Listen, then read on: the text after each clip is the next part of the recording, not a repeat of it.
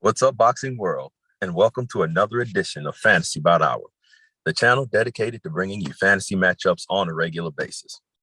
If there's a particular matchup that you want me to cover, please leave it in the comment section, and I promise to honor your request. Don't forget to subscribe and to hit the bell notification.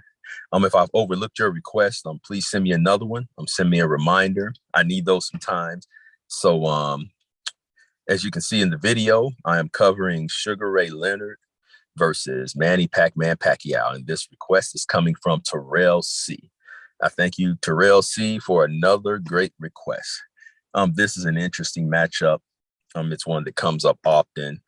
And to be quite honest with you, it's one that I've gone back and forth on because it's easy to say Leonard because of his resume, his level of opposition, and just the fact that he's an all-time great, quick hands, some of the best footwork in boxing next to Muhammad Ali, long jab, and Sugar Ray Leonard just knows how to switch it up.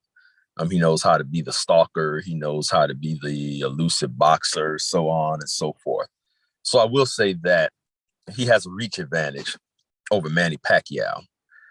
But Pacquiao is fast, great volume puncher, great hand speed, basically a savage. Tim Bradley said his punches feels like bullets. So Pacquiao can get close. And if he can get on the inside, if he could get past Sugar Ray Leonard's reach and his jab, he could possibly wreak havoc. So I think that's the question in this fight. Can Manny Pac-Man Pacquiao get past Sugar Ray Leonard's jab? Now I never pick the older era fighter for nostalgia's sake. I try to be as objective as I possibly can. I think that Manny Pac-Man Pacquiao has some advantages in this fight.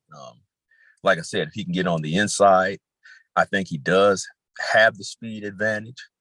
But the major disadvantage I'm seeing for Pacquiao in this fight is his size. I'm picturing this fight taking place at welterweight, 147. So, Sugar Ray Leonard is the real welterweight in this fight, has the size, height, and reach advantage. And as great as Pacquiao is or has been, for as explosive as he is in there, a problem he runs into problems with boxers. He runs into problems with the jab. He runs into problems with timing. If he's in there with someone who can offset his timing, it's a long night for him. And I'm sure it's frustrating. When you're used to getting in there, throwing your punches, throwing your flurries, and dipping out. And I think that would be the case in this fight. And that's how Floyd was able to dominate him. Kept him on the outside of that jab, timed him, and countered him. So Pac-Man couldn't get off his combinations. So that has to be frustrating for a combination puncher like Manny Pac-Man Pacquiao. So who would win this fight? What do you think? What do you think? There's a lot of factors at play in this fight. A lot of factors. Sometimes Sugar Ray Leonard would be gun shy in the beginning, but that might work to his advantage in this fight because, the way he moves around, I'm just kind of looking for those spots. So he's not in there wasting punches. He's moving around, studying his opponent, just looking at the patterns. And so, and the way Sugar Ray Leonard moves, that footwork was a beast. That guy, a lot of fans call that kind of fighting running. It's not running. It's called using the ring and using good footwork. The Pac-Man would have a difficult time in this fight. He really would. As I mentioned, the size advantage, the reach advantage, the height advantage, and the strength, in this fight. I mean, Sugar Ray Leonard wasn't known as a brute, but he might be a brute to a guy that's coming up from the low weight divisions. So Pac would give an effort. I mean, he would try. But I just see Sugar Ray Leonard just eating him alive with that jab. I'm keeping him on the inside of the jab, popping him with a straight right. And so as great as these guys are, and I try to give the benefit of the doubt to both fighters involved in any fight that I do. But I just see all of the advantages going to Sugar Ray Leonard. And I can't get around a Sugar Ray Leonard knockout in the mid to late rounds. So those are my thoughts on the fight. Let me know what you think, and I will see you on the next video.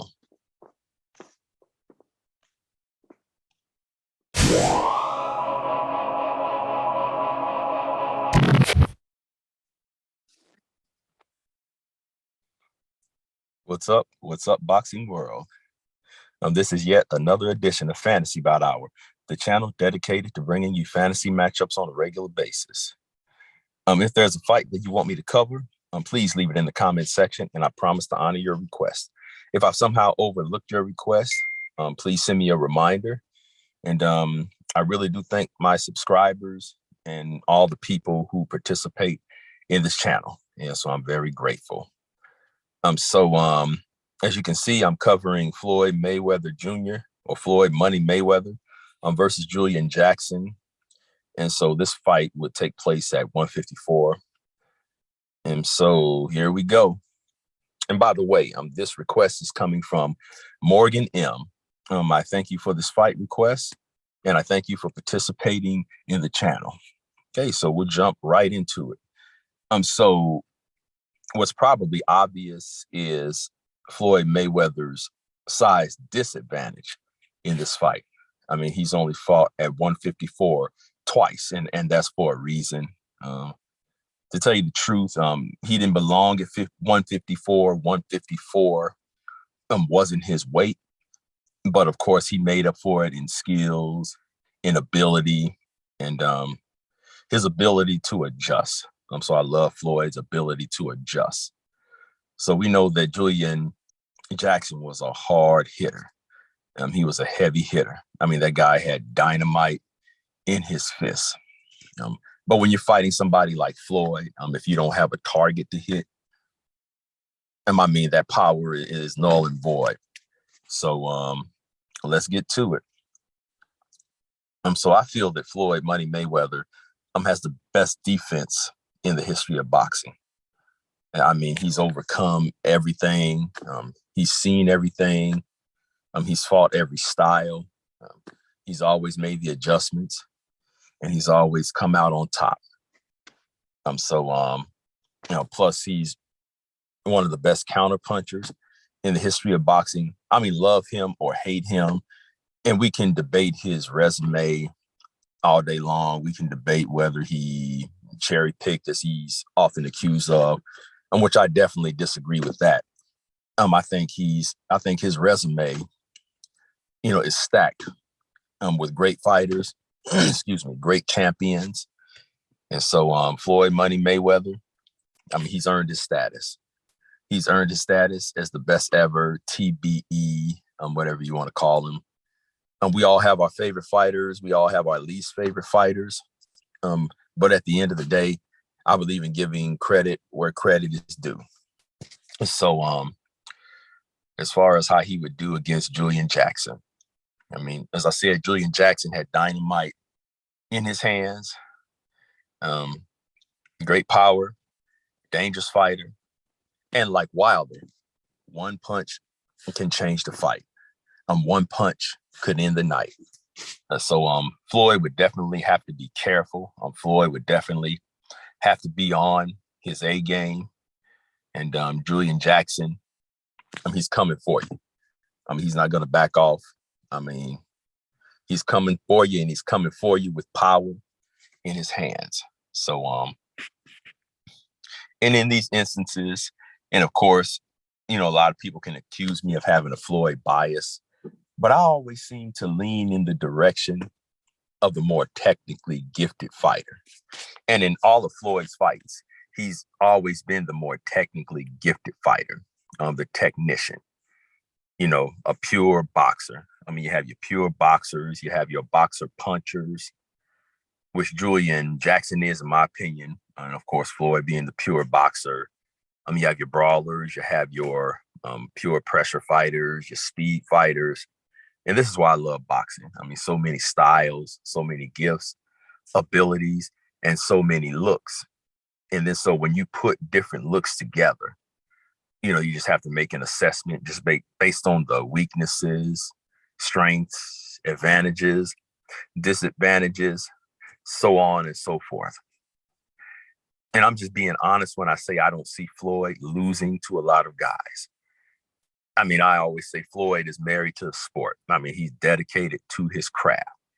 He's always been in shape for fights, always been in shape, stayed in shape even when he was retired.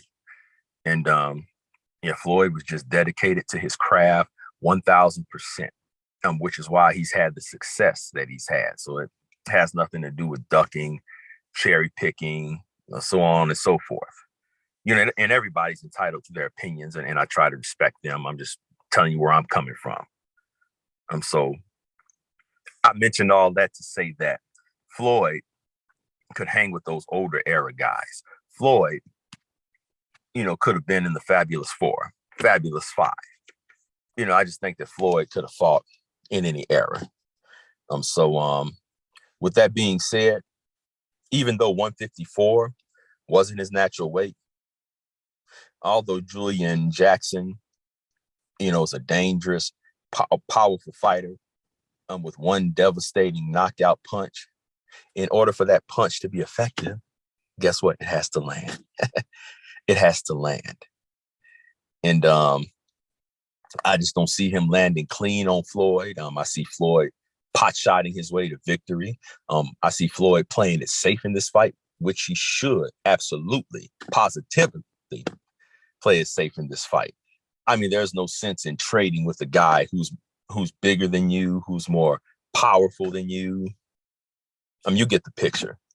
I just think that Floyd in this fight cruises to a comfortable victory. So those are my thoughts. Let me know what you think, and I will see you on the next video.